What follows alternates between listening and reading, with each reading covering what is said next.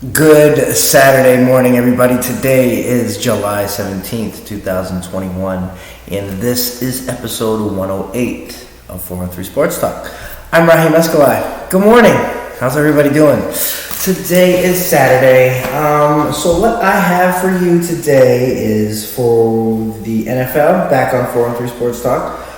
Again, I have two sections of position breakdowns for you. Today I'm doing offensive tackles and interior offensive linemen, being guards, centers, stuff like that. Guys who are interchangeable, who can kick out and play the left or right tackle spots. Also, we have a big basketball game tonight, Bucks and the Suns, game 5. This is going to be big. I think, honestly, it's going to be Bucks in 7, but, it's a little premature, and that's before this breakdown. Which we'll have for you tomorrow for episode 109. The NFL today, we got a big Saturday open. I know it's supposed to rain today a lot, but there is a lot of golf going on. The U.S. Open continues. Lee Ostersizen, I believe, if I'm not butchering his last name right, is still atop the leaderboard, followed closely by Colin Mariwaka, who's one of my favorite golfers, up and coming now. Also baseball returned as well Friday night, last night, so we have some scores from there as well. Without further ado, let's get into it. Something else I want you guys to know also, I got some Gold Cup coverage in there, and the WNBA will not be back until August 15th. I have more on that later.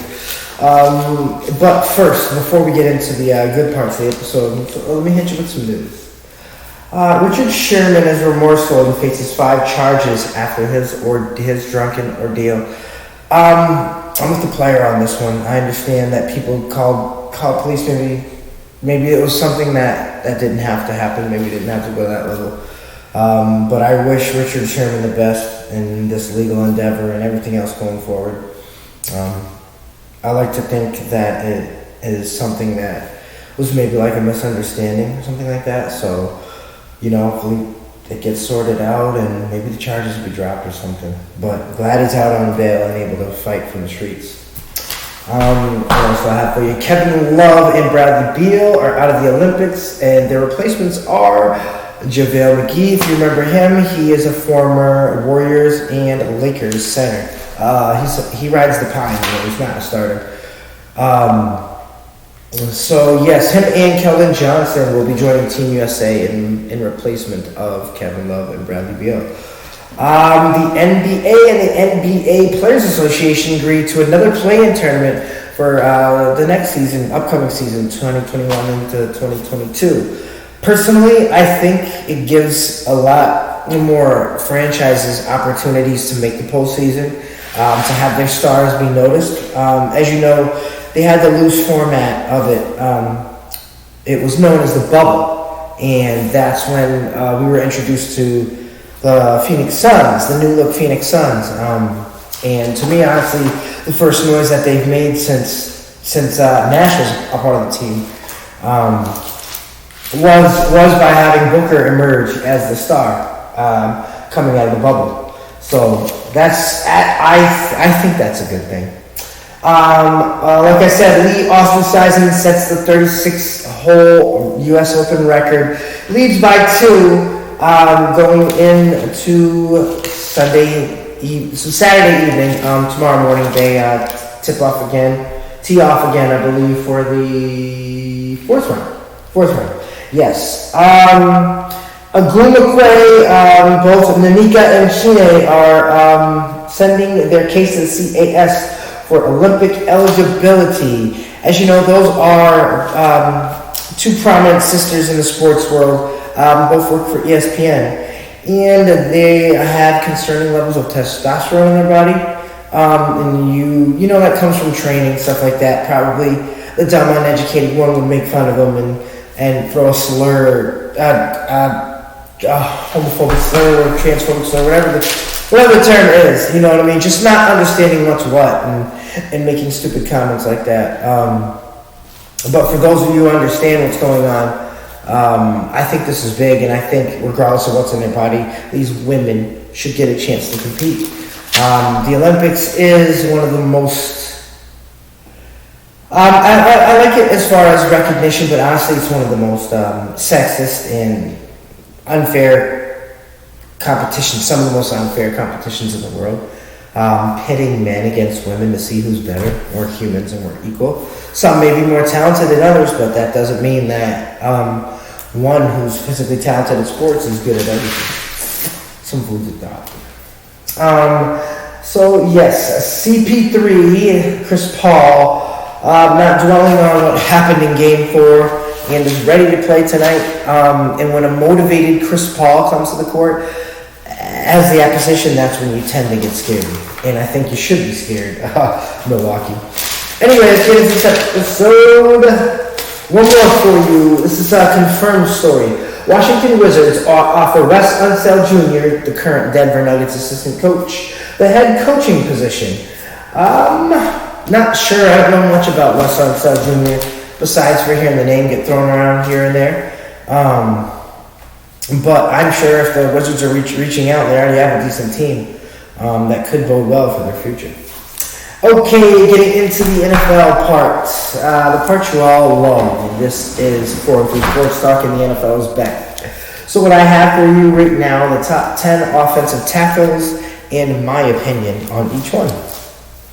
The number one offensive tackle in the NFL, Trent Williams of the San Francisco 49ers. Someone saying this guy isn't the best tackle in football is definitely on some drugs. Did you see his pancake of Cardinals linebacker Jordan Hicks in Week 1? Did you? Any of you guys?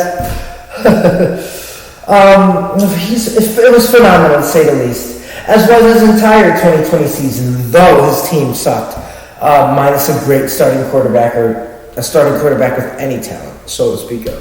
No shots, Nick Mullins. He continues to play like the dominant force he is, earning every penny of that new contract extension in which he had was given to him by the 49ers, and that was to the tune of $163 million, making him the highest paid offensive player in the league right now. Easily when he plays a game, in my opinion, because I watched a lot of Niners tape, and it was boring because they lost a lot. So when he plays a game, he's dominant. The last 5 years, he's been on a fucking roll and has been the number one protector of the quarterback, the blind side, left tackle. Trent Williams, baby, San Francisco 49ers. Number 2, no bias, and I have to say this because it's none other than David Bakhtiari of the Green Bay Packers. Now, before I get into my view of him, before the injury, he was the number one guy in the league. He would have been number 1 on my list, and honestly, just because of the injury is the only reason why Trent Williams sits atop. Because I didn't like the fact that when he was a Washington Redskin, excuse me if I offended anybody, he slapped the fuck out of Richard Sherman, and I appreciate that. Big old offensive lineman trying to punk people. Anyway, David Bakhtiari, you need an offensive tackle that's going to wear down the opposition. And that's what Dave did at an elite level all season long. He's been very consistent over the last 8 years. He's good at pretty much everything you ask of an offensive tackle. To me, he just lacks, what's the word am I looking for? Elite size and power. But he makes up for it because of dependability and smarts and stuff like that, which is so important, especially at that position. Last year, he had a 93.1% pass block win rate before tearing his ACL in December 2020. That's when I started to get worried, but we have Aaron Rodgers, and he was playing at such a high level last year that he ended up earning MVP. Gee, I wonder where Aaron falls on my list of quarterbacks. Number 3, Larry Tunsil from the Houston Texans, formerly a Miami Dolphin. One of the NFL's most gifted linemen, in my opinion. In fact, he's the only player with a Texans uniform that has cracked the top 10 list this season so far. He's very explosive and athletic. He's no Trent Williams, don't get me wrong, but he has a gear that he turns up, especially when he's mad or when he gets a flag on third down that he just jumps into.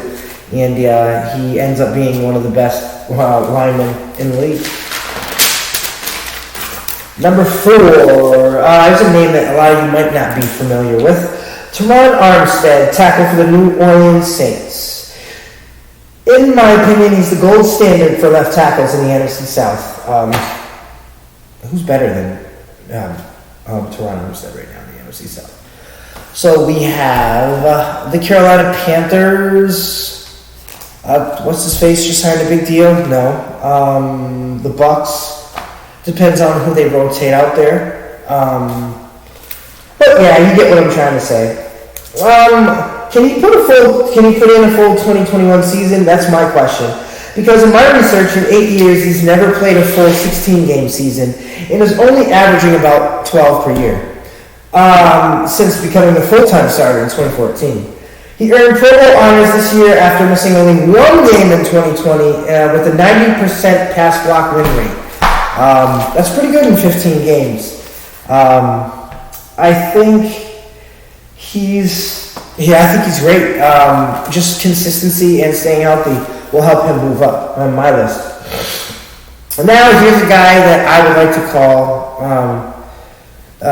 He's not a star, but you have to look for him for you to give him this type of respect. He's a guy you got to go look for. Ronnie Stanley, tackle for the Baltimore Ravens. This guy is definitely what I would call, as I alluded to, an acquired taste with a specific skill set. Most others call for a stronger guy, especially against the run, probably with a bit more size and girth. He's a finesser. He uses tricks, especially with the handing. He's always being fidgety and moving around and tweaking on that offensive line. He will move you off the line and like how that blanket you up, you know what I mean, how some offensive linemen do. But let's be clear here. He's not gonna move you off the line if you're a defensive lineman. If you get in there, you know what I mean, with a quick move, you can beat him. But I like his style of play. He's exceptional. And his win rate is high. Why I have him ranked at number 5. He can be great in pass protection at times, inconsistent. I love his athleticism, and he has great feet. Like I said, he's fidgety, he moves a lot, he moves very well. One thing I noticed in the Ravens' losses especially, if he faces a 3-4 technique type of DN, even if a defensive tackle, the nose guard in that situation switches out and sees him on the side, sees him on the wing, he's probably going to be fucked. If it's a one-on-one, yeah, but definitely a double team, he's not up to handling that.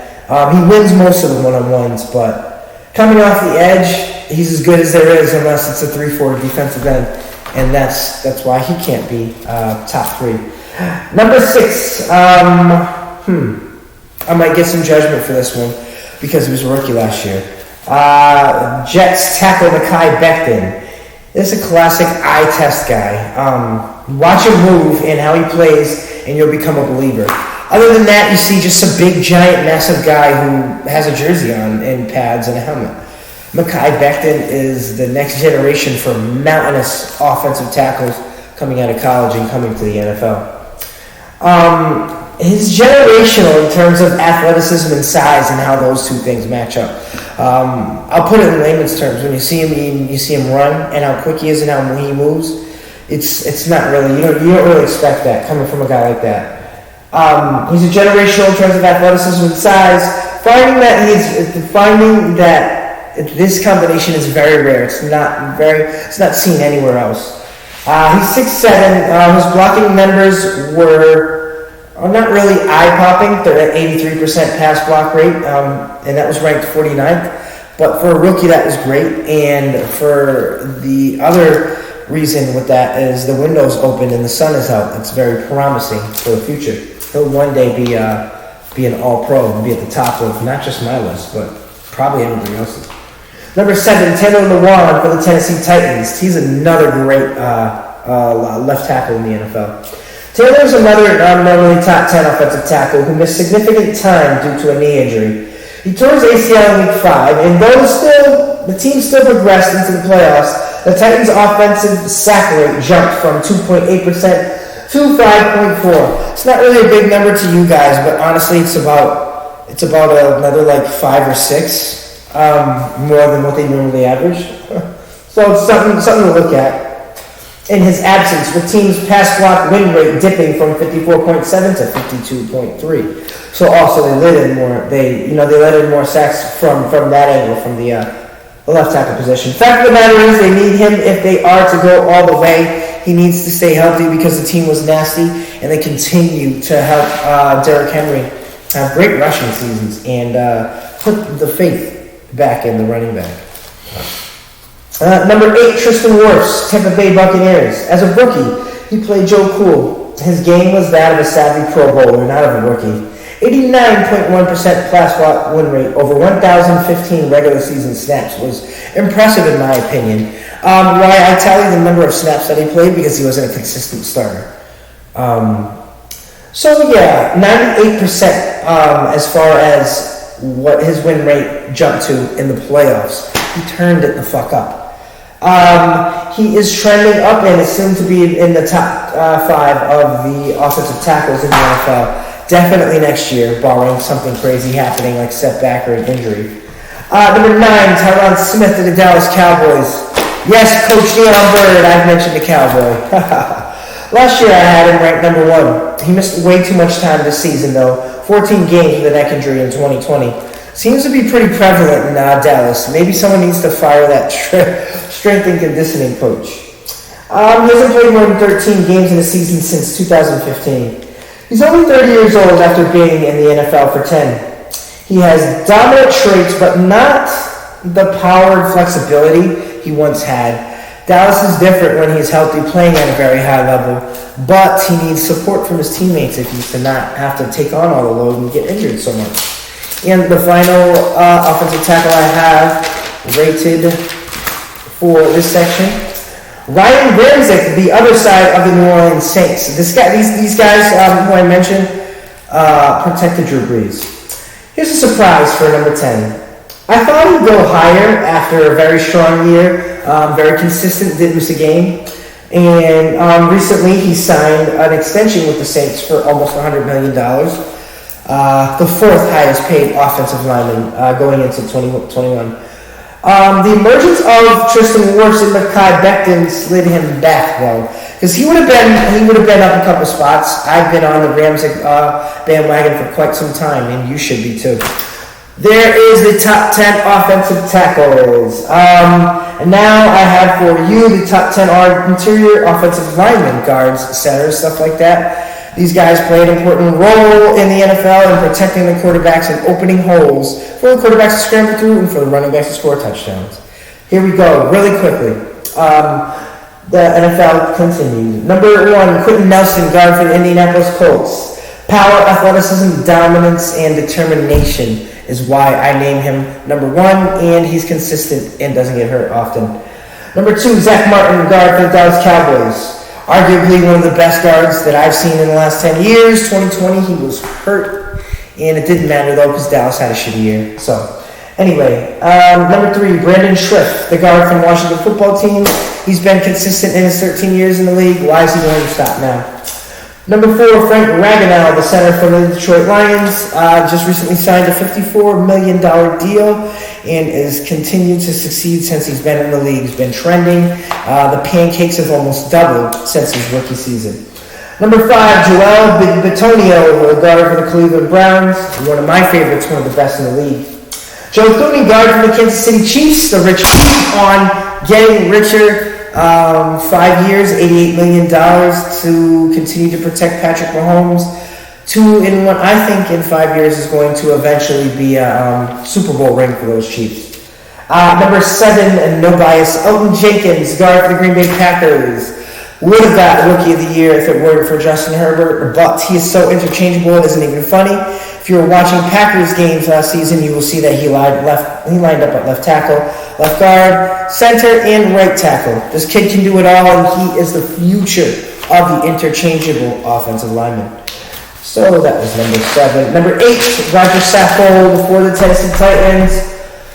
He's a fringe top 10 guy. He showed flashes last year, but just like his running mate, Taylor Lewan, he got hurt. Now, doesn't mean that he's not good. I was impressed with Roger Saffold since he came into the league, which was with the Rams way back when. And as long as he stays healthy, Taylor Lewan stays healthy, shoot, Derrick Henry can rush for 3,000 yards this season. Number 6, Rodney Hudson, center for the Arizona Cardinals, recently traded from the Las Vegas Raiders to the Cardinals for draft picks and money. Though Rodney Hudson is in his 30s, he's still regarded as one of the game's best centers, despite also being injured last year. I want to say he was number 3, and this year, because of the injury, he drops back to number 9. And number 10, Eric McCoy, center for the New Orleans Saints. Wow. At least you know there's no bias with this list. I mentioned a lot of Saints because I like the way that they protect the quarterback. I like the way that Alvin Kamara has been productive year in and year out, and minus the injury, wide receiver Michael Thomas has been a godsend. For Major League Baseball, Minnesota Twins in Detroit was postponed. Sox over the Yanks 4-0.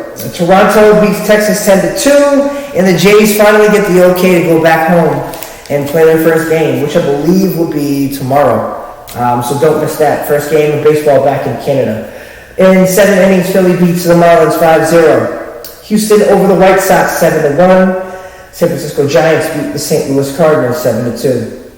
Dodgers over the Rockies 10-4. Seattle beats the Angels 6-5. Chicago Cubs, beats Arizona 5-1. Oakland over the Cleveland Indians 5-4. Pittsburgh Pirates beat the Mets 4-1. Wow. Unfortunately, Jacob deGrom gets hurt again. And finally, my favorite score of the day. This is not MLB playing on rookie level. This is a real score. San Diego Padres beat the Washington Nets 24-8. And that's it for Major League Baseball. In the Gold Cup, Jamaica beats Guadalupe 2-1, and that was at 6:30 p.m. While Suriname beats Costa Rica 1-0. The Open Championship coverage continues this morning. Louis Oosthuizen starting the day 2 strokes ahead of Colin Morikawa at -11, and Jordan Spieth, the guy who lost me a shit ton of money in the Masters because I thought he was going to win. He follows closely behind at 3rd place. So this was 4-3 Sports Talk episode 108. I'm your host, Rahim Escalai.